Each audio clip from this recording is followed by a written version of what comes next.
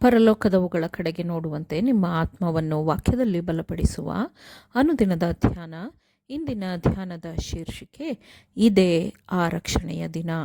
ಈ ದಿನದ ಸತ್ಯವೇದದ ವಾಕ್ಯ: ಪ್ರಸನ್ನತೆಯ ಕಾಲದಲ್ಲಿ ನಿನ್ನ ಮನವಿಯನ್ನು ಕೇಳಿದೆನು, ರಕ್ಷಣೆಯ ದಿನದಲ್ಲಿ ನಿನಗೆ ಸಹಾಯ ಮಾಡಿದೆನು ಎಂದು ದೇವರು ಹೇಳುತ್ತಾನಲ್ಲ.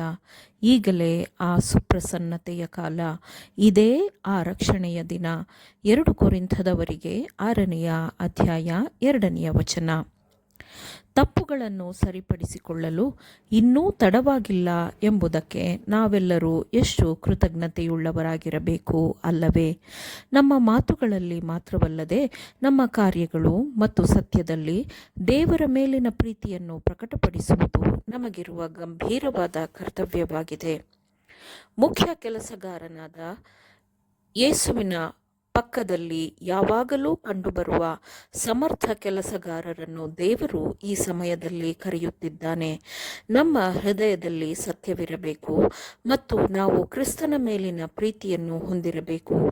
ಯಾವನಿಗಾದರೂ ನನ್ನ ಹಿಂದೆ ಬರುವುದಕ್ಕೆ ಮನಸ್ಸಿದ್ದರೆ ಅವನು ತನ್ನನ್ನು ನಿರಾಕರಿಸಿ ತನ್ನ ಶಿಲುಬೆಯನ್ನು ಹೊತ್ತುಕೊಂಡು ನನ್ನ ಹಿಂದೆ ಬರಲಿ ಎಂದು ವಾಕ್ಯವು ಹೇಳುತ್ತದೆ.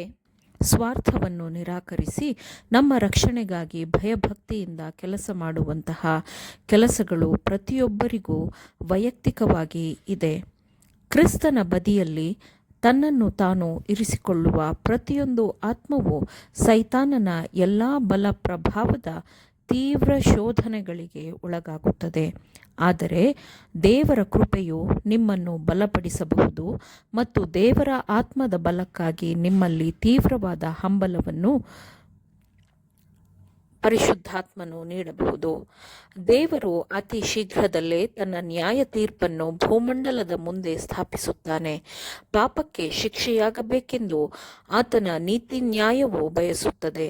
ಪಶ್ಚಾತ್ತಾಪದಿಂದಲೂ ಮತ್ತು ತಪ್ಪೊಪ್ಪಿಗೆಯಿಂದಲೂ ಪಾಪವನ್ನು ಕ್ಷಮಿಸಲಾಗುವುದು ಎಂಬುದನ್ನು ಅವನು ಕೊಟ್ಟಿರುವ ಅನುಗ್ರಹಗಳು ಪ್ರಕಟಪಡಿಸುತ್ತದೆ. ದೇವರ ಏಕೈಕ ಪುತ್ರನಾದವನ ಮೂಲಕ ಮಾತ್ರ ಕ್ಷಮಾಪಣೆಯು ದೊರೆಯುತ್ತದೆ. ಪಾಪಕ್ಕಾಗಿ ಪಶ್ಚಾತ್ತಾಪಪಟ್ಟು ಪಾಪವನ್ನು ತ್ಯಜಿಸಿದಾಗ ಮಾತ್ರ ಕ್ರಿಸ್ತನು ಕ್ಷಮಿಸುತ್ತಾನೆ. ಪಾಪವೆಂಬ ಮಾರಕ ವಿಷದಿಂದ ಮನುಷ್ಯನು ದೇವರೊಂದಿಗಿನ ತನ್ನ ಸಂಪರ್ಕವನ್ನು ಕಡಿದುಕೊಂಡಿದ್ದಾನೆ ಮತ್ತು ಅವನ ಆತ್ಮವು ಪಾರ್ಶ್ವವಾಯು ಹಿಡಿದು ಬಲಹೀನವಾಗಿದೆ. ನನಗಾಗಿ ಬಿಡುಗಡೆಯ ಬೆಲೆಯನ್ನು ಪಾವತಿಸಿದವನನ್ನು ಕಂಡುಕೊಂಡಿದ್ದೇನೆ.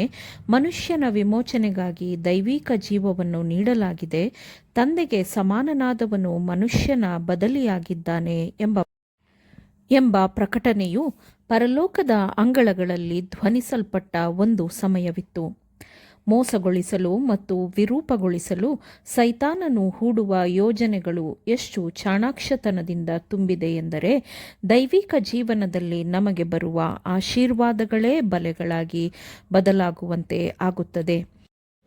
ಏದೇನ್ ತೋಟದಲ್ಲಿ ಆದಾಮ ಹವ್ವರನ್ನು ವಂಚಿಸಿದ ಅದೇ ಸುಳ್ಳಿನ ತರ್ಕದ ಮೂಲಕ ಇಂದು ದೇವರು ನಮ್ಮ ಒಳಿತಿಗಾಗಿ ಕಳುಹಿಸುವ ಆಶೀರ್ವಾದಗಳನ್ನೇ ಬಲೆಗಳನ್ನಾಗಿಯೂ ಮತ್ತು ಶಾಪವನ್ನಾಗಿಯೂ ಪರಿವರ್ತಿಸಲು ಸೈತಾನನು ಪ್ರಯತ್ನಿಸುತ್ತಿದ್ದಾನೆ. ದೇವರು ಕೊಟ್ಟ ಉಡುಗೊರೆಗಳನ್ನೇ ದಾನಿಯಾದ ದೇವರ ವಿರುದ್ಧವೇ ಆಯುಧಗಳನ್ನಾಗಿ ಬಳಸಲು ಅವನು, ಅಂದರೆ ಸೈತಾನನು, ಜನರನ್ನು ಪ್ರೇರೇಪಿಸಲು ಪ್ರಯತ್ನಿಸುತ್ತಿದ್ದಾನೆ.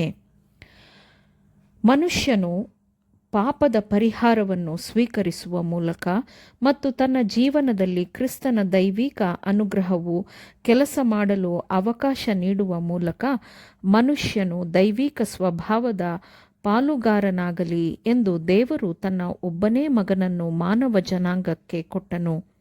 ಮಾನವತ್ವದೊಂದಿಗಿನ ಕಾರ್ಯನಿರ್ವಹಿಸುವ ದೈವಿಕತ್ವದ ಬಲವು ಮನುಷ್ಯನನ್ನು ದೇವರೊಂದಿಗಿನ ಸರಿಯಾದ ಸಂಪರ್ಕಕ್ಕೆ ತರಬಹುದು.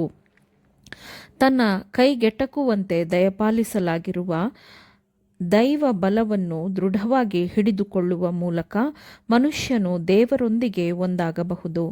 ಕ್ರಿಸ್ತನು ಈ ಲೋಕಕ್ಕೆ ಬಂದು ನೀಡಲು ನಿರ್ಧರಿಸಿದ್ದ ಆಶೀರ್ವಾದವೆಂದರೆ ಅದು ನಿತ್ಯ ಜೀವವೇ ಆಗಿದೆ. ಆಮೇನ್. ದೇವರ ವಾಕ್ಯಗಳನ್ನು ಶ್ರದ್ಧೆಯಿಂದ ಆಲಿಸುವವರು ಮಾತ್ರವೇ ಆಗಿರದೆ ಪಾಲಿಸುವವರೂ ಆಗಬೇಕೆಂದು ನಿಮ್ಮನ್ನು ಉತ್ತೇಜಿಸುತ್ತೇನೆ. ಪರಿಶುದ್ಧಾತ್ಮನ ಸಹಾಯದಿಂದ ಆಲಿಸಿದ ನಿಮ್ಮೆಲ್ಲರಿಗೂ ಧನ್ಯವಾದಗಳು.